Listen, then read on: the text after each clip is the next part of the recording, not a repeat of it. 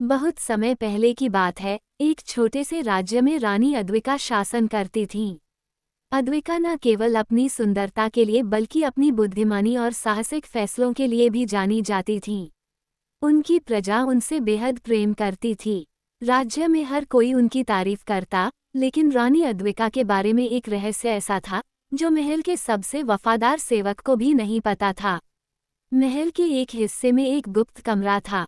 उस कमरे पर हमेशा कड़ा पहरा रहता था और रानी ने सख्त आदेश दे रखा था कि कोई भी वहां न जाए। कमरे का रहस्य महल में चर्चा का विषय बन चुका था। कोई कहता कि वहां अपार खजाना छिपा है, तो कोई कहता कि वहां जादुई शक्तियां हैं। लेकिन सच क्या था, यह कोई नहीं जानता था। एक दिन राज्य में अर्जुन नाम का युवक आया। वो निडर और अत्यंत चतुर था। उसने सुना था कि रानी अद्विका का कोई रहस्य है। उसकी जिज्ञासा जाग उठी और उसने फैसला किया कि वो इस रहस्य का पता लगाएगा। अर्जुन ने महल में नौकरी करने का प्रयास किया और अपनी बुद्धिमानी और ईमानदारी के कारण रानी का ध्यान आकर्षित किया।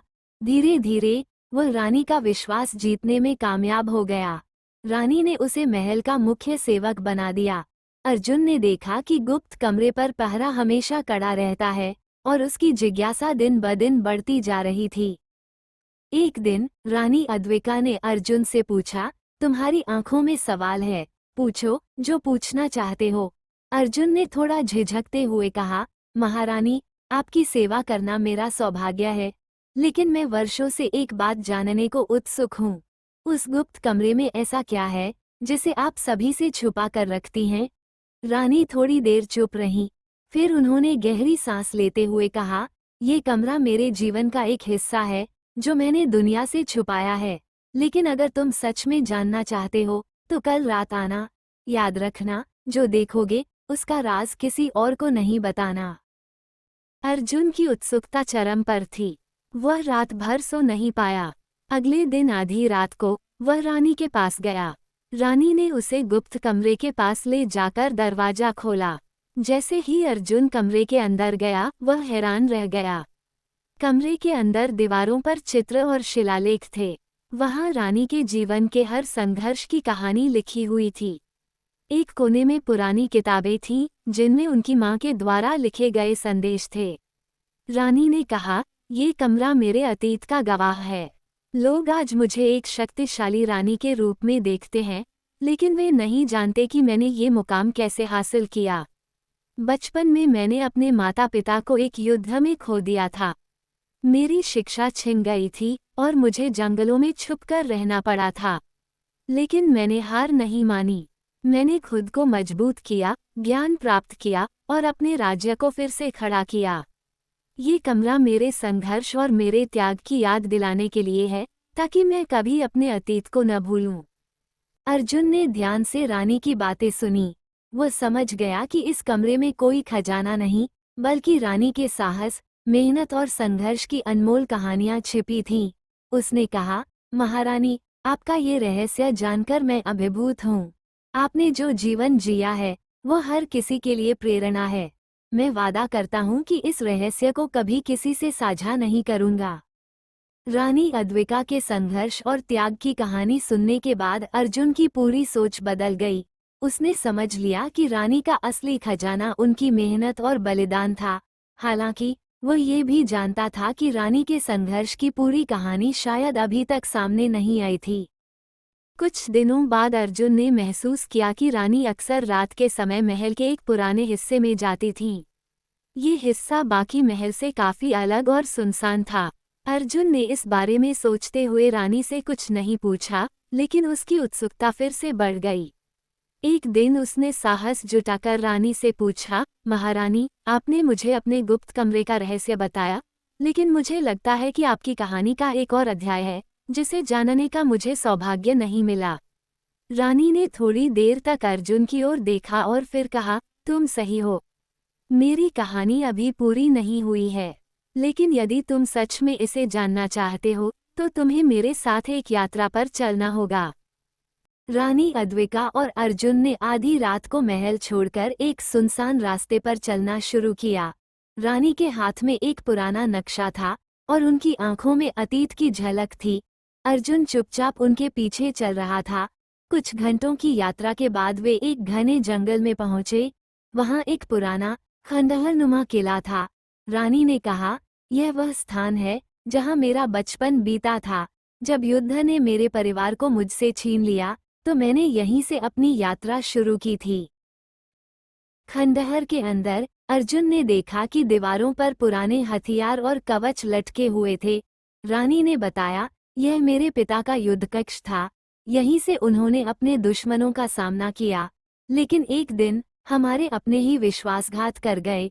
मेरे माता पिता को मार दिया गया और मुझे यहाँ से भागना पड़ा। अर्जुन की आंखों में गुस्सा और दुख झलकने लगे। उसने कहा, आपने अकेले इस दर्द को सहा और फिर अपने राज्य को इतनी मजबूती से खड़ा किया। यह एक चमत्कार है। खंडहर के सबसे गहरे हिस्से में रानी ने अर्जुन को एक तिजोरी दिखाई। तिजोरी खोलते ही अंदर से एक चमचमाती तलवार निकली। रानी ने कहा, यह मेरी माँ की तलवार है। उन्होंने अपनी अंतिम सांस तक इस तलवार से लड़ाई की। इस तलवार ने मुझे हमेशा याद दिलाया कि सच्ची शक्ति साहस और आत्मविश्वास में होती है।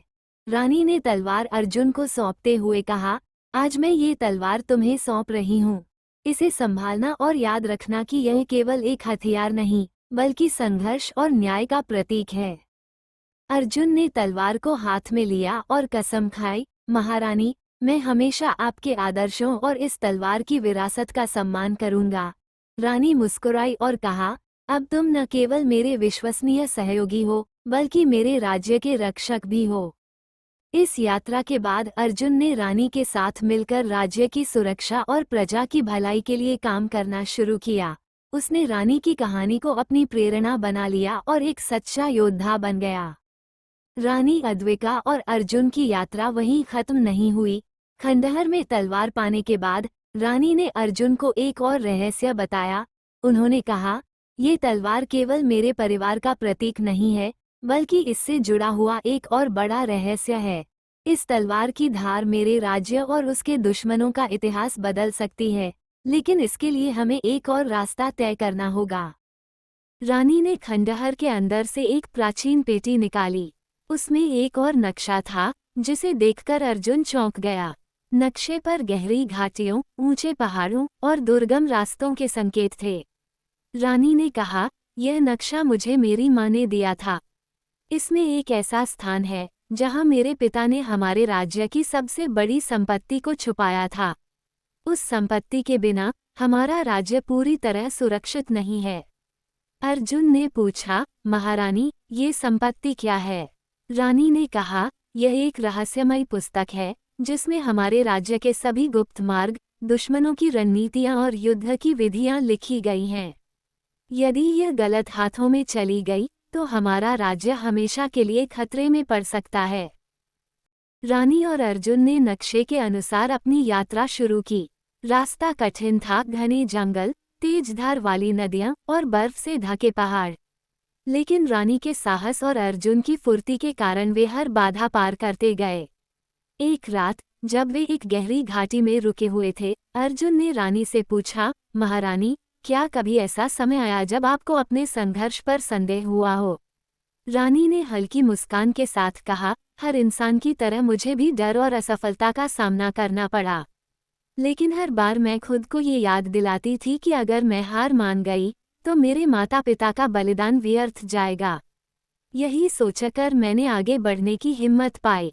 नक्शे के अनुसार वे एक प्राचीन मंदिर पहुंचे।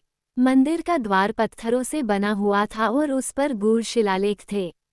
रानी ने कहा, यह मंदिर हमारे पूर्वजों ने बनाया था। इसके अंदर ही वो पुस्तक छिपी हुई है, लेकिन इसे खोलने के लिए एक पहेली को सुलझाना होगा। मंदिर के द्वार पर एक शिलालेख लिखा था, केवल वह जिसने सत्य और न्याय के लिए संघर्ष किया हो, इस द्वार को खोल सकता है। रानी और अर्जुन ने मिलकर उस पहेली का हल खोजा। उन्होंने अपने संघर्षों और बलिदानों को याद करते हुए शपथ ली कि वे इस ज्ञान का उपयोग केवल प्रजा की भलाई के लिए करेंगे। अचानक मंदिर का द्वार धीरे धीरे खुल गया। मंदिर के अंदर एक सुनहरी पुस्तक एक पत्थर की वेदी पर रखी हुई थी। वह पुस्तक अनमोल दिख रही थी और उसके आसपास प्रकाश की एक अदृश्य आभा थी। रानी ने पुस्तक उठाई और कहा, ये हमारे राज्य की विरासत है, अब इसे मैं तुम्हें सौंपती हूँ। अर्जुन, ये पुस्तक तुम्हें मार्गदर्शन देगी ताकि हमारे राज्य की रक्षा और प्रजा की भलाई हो सके। जैसे ही वे पुस्तक लेकर मंदिर से बाहर निकले, वहां एक अजनबी सेना पहले से इंतजार कर रही थी। उनके मुखिया ने कहा, रानी अद्विका, ये पुस्तक हमें सौंप दो, वरना तुम्हारा राज्य नष्ट कर दिया जाएगा। रानी ने तलवार खींच ली और अर्जुन को पुस्तक सुरक्षित स्थान पर ले जाने का आदेश दिया। अर्जुन ने तुरंत दौड़ लगाई, लेकिन रास्ते में उसे भी कई सैनिकों का सामना करना पड़ा। अपनी चतुराई और साहस से उसने उन्हें हराया। रानी ने अकेले दुश्मनों का सामना किया, उनके साहस और तलवारबाजी की कला ने दुश्मनों को चौंका दिया। अर्जुन ने थोड़ी देर बाद वापस आकर रानी की मदद की, दोनों ने मिलकर पूरी सेना को हरा दिया। उस घटना के बाद रानी और अर्जुन सुरक्षित रूप से पुस्तक को महल ले आए। रानी ने पुस्तक को एक गुप्त स्थान पर रखा और राज्य में ये घोषणा की कि अब उनका राज्य पूरी तरह सुरक्षित है। रानी ने अर्जुन से कहा, आज से तुम मेरे सबसे विश्वासपात्र सेनापति और इस राज्य के संरक्षक हो। तुम्हारा कर्तव्य है कि इस राज्य को हमेशा सुरक्षित रखो और न्याय के रास्ते पर चलो। अर्जुन ने कहा, महारानी, मैं आपके विश्वास को कभी नहीं तोड़ूंगा। आपके आदर्शों पर चलते हुए मैं इस राज्य की रक्षा करूंगा। रानी अद्विका और अर्जुन की यह कहानी सिखाती है कि सच्ची शक्ति न केवल साहस में, बल्कि ज्ञान और न्याय में भी होती है। संघर्ष के बिना सफलता अधूरी होती है और सही नेतृत्व हर बाधा को पार कर सकता है। ये कहानी अब उस राज्य की धरोहर बन गई जिसे हर पीढ़ी को सुनाया गया ताकि वे साहस, समर्पण और न्याय के महत्व को समझ सकें।